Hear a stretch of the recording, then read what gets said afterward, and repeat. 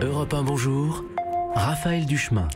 C'est elle qui va changer la donne quand on fera nos courses. Elle aussi qui est censée permettre de payer le juste prix aux agriculteurs. La loi alimentation est discutée à partir de demain à l'Assemblée.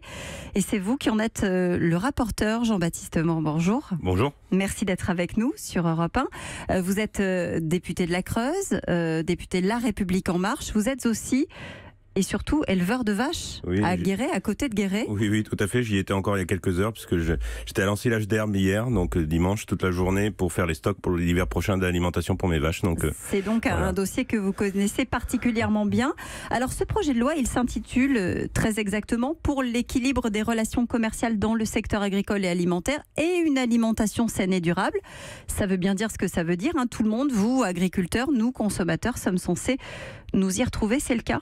Oui, tout à fait. Il y a deux volets dans ce projet de loi. Un premier volet, effectivement, qui est concentré sur une meilleure valorisation, parce qu'aujourd'hui, les agriculteurs sont la seule profession qui vend à perte, qui vend en dessous de ses coûts de production, et ce qui entraîne des grosses catastrophes économiques qui sont en cours déjà depuis de nombreuses années, mais qui sont encore à venir aujourd'hui, puisque les primes de la PAC, donc la politique agricole commune, ne compensent plus ce manque à gagner dans les exploitations agricoles. Donc il faut absolument relever le prix de vente chez le producteur. Et donc le deuxième volet de ce projet de loi, c'est bien une montée en gamme de l'agriculture vers une alimentation plus saine et plus durable à disposition pour tous les Français. Pourquoi donc David Cormand d'Europe Écologie Les Verts, qui est très remonté sur le dossier, dit que c'est la mort de l'écologie ?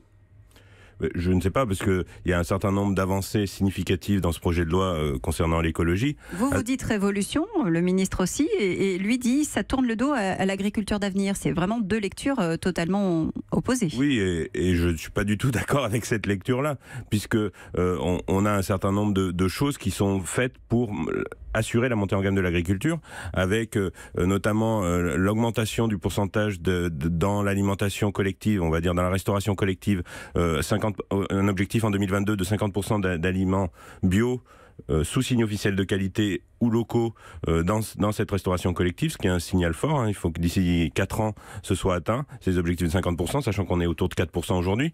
Donc c'est bien une montée en gamme de l'ensemble de l'agriculture pour arriver à approvisionner cette restauration collective. Et il y a un certain nombre de choses sur les néonicotinoïdes, avec une redéfinition des néonicotinoïdes. Il y a un certain nombre de choses qui vont inciter les agriculteurs à se transformer vers une agriculture plus respectueuse de l'environnement. Ça, ce sont les choses qui sont dans le texte. En revanche, il y a celles qui n'y sont pas, comme l'interdiction des glyphosates, comme le refus d'installer, en tout cas pour l'instant, la vidéo dans les abattoirs, de mettre fin à l'élevage en cage des poules. Pourtant, c'était des promesses faites par Emmanuel Macron. Ça va venir ? Ça veut dire qu'on diffère seulement ? Sur le glyphosate, c'est un engagement du président de la République. Il l'a dit et il le tiendra. Et l'ensemble du gouvernement et le Parlement sera à ses côtés pour tenir cet engagement d'ici 3 ans de sortir du glyphosate. Mais pour ça, il faut entraîner nos partenaires européens. Ces discussions sont en cours. Donc ça semble vraiment prématuré de le mettre dans la loi aujourd'hui, mais sachant que ça n'enlève rien à l'engagement de sortir du glyphosate dans 3 ans. Le président l'a réaffirmé récemment encore, donc il y a aucune ambiguïté là-dessus. C'est juste que c'est pas le cadre de cette loi de le mettre, mais on tiendra cet engagement. Et après sur pareil, les autres choses, pour les poules, pour les œufs, 2022, c'était l'objectif fixé. La logique des états généraux de l'alimentation, puisque c'est suite à ces états généraux qu'il y a ce projet de loi, c'est de faire confiance aux filières, de mobiliser les filières pour une meilleure prise en compte et une évolution du modèle agricole. Et il se trouve que dans la filière que vous évoquez, la filière volaille, il y a une très grande prise en compte déjà du bien-être animal, puisqu'ils ont comme objectif dès 2022 d'être à moins de 50% d'œufs produits à partir de poules en cage. Donc il faut pas vouloir laver plus blanc que blanc et vouloir prendre des décisions qui iraient à l'encontre de la filière et qui globalement ne favoriseraient pas le bien-être animal, puisque si on déstabilise cette filière en lui expliquant que dans 2 ans il faut qu'elle sorte des poules en cage, eh bien on apportera ces œufs qui seront produits dans des conditions sans doute encore bien pires que ce qui se fait aujourd'hui en France, et on n'aura pas le droit de regard dessus. Donc il faut prendre en compte la réalité des choses et être pragmatique. Vous avez vu que ce matin, Brigitte Bardot, Rémi Gaillard, dans une vidéo commune, interpellent justement le gouvernement en demandant à ce que véritablement on fasse quelque chose pour la question des animaux, la question des abattoirs. Qu'est-ce que vous leur répondez? Ils veulent que la vidéosurveillance soit imposée aux abattoirs comme l'avait promis le candidat Macron. Non, mais en tant qu'agriculteur, évidemment qu'on est pour une meilleure prise en compte du bien-être animal. Il se trouve que j'étais aussi président d'un abattoir, donc je connais bien cette problématique. Il y a des cas qui ont été dénoncés par l'association L214, mais on n'a pas attendu L214 pour fermer des abattoirs pour une non prise en compte du bien-être animal, parce que dans les années 80-90, il y a déjà eu des fermetures d'abattoirs à cause d'une maltraitance animale, et il faut condamner tous les cas de maltraitance animale, quels qu'ils soient, évidemment, et il y a des services vétérinaires qui sont présents dans les abattoirs pour ça, il n'y a aucun souci là-dessus. Après, on aura le débat à l'Assemblée nationale sur la vidéosurveillance.